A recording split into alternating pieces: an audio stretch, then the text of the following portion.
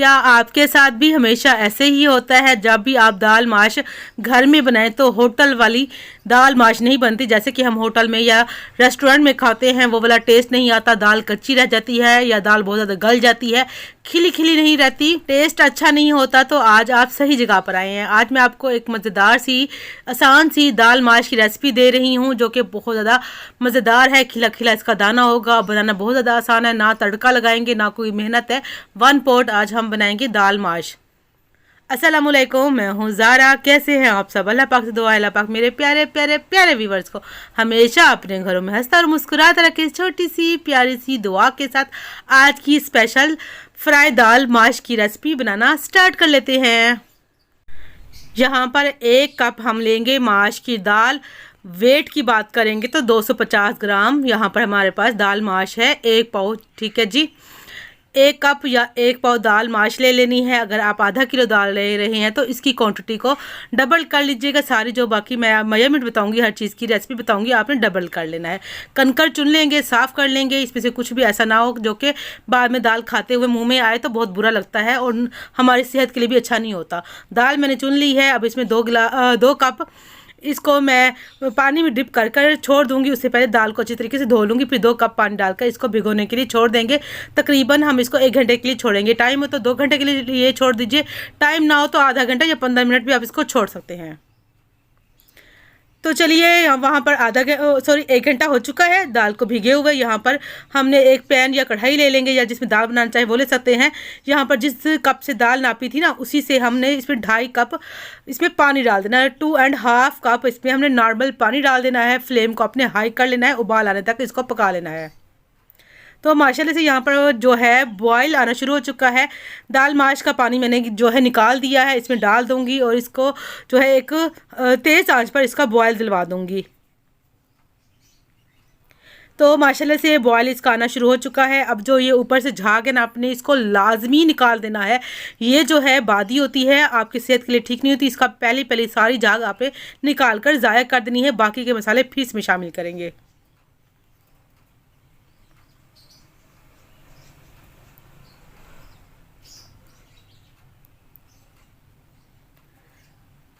तो माशाल्लाह से देखिए सारी ही झाग मैंने इसके ऊपर से उतार ली है।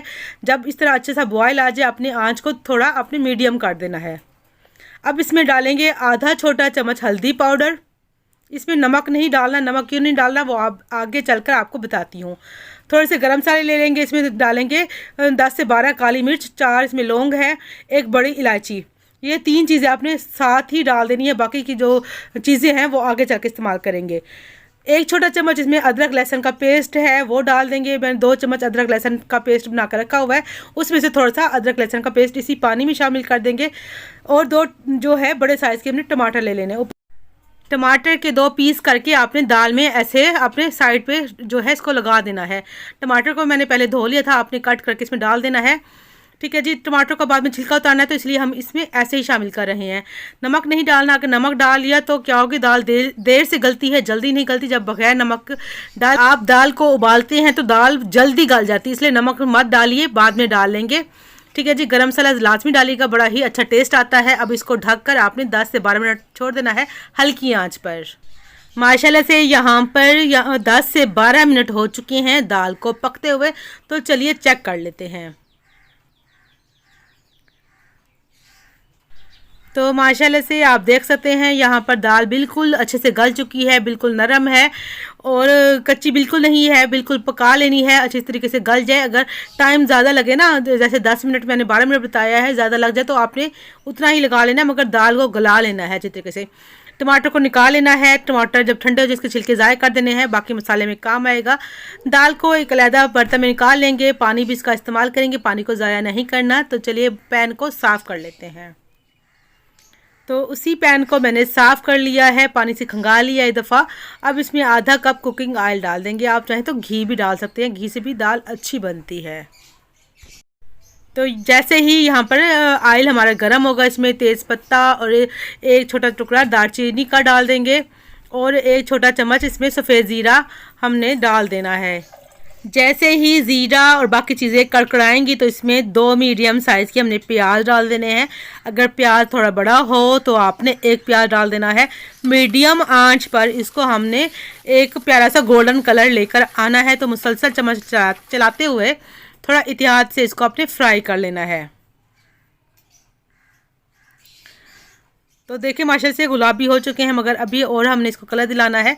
आधे से ज़्यादा प्याज आपने साइड पे कर देने हैं, बाकी को आपने थोड़ा गहरा कलर दिलाकर इसको एक अलहदा प्लेट पे निकाल देना है। इसको अब मैं बताऊंगी आगे क्या करना है आपने।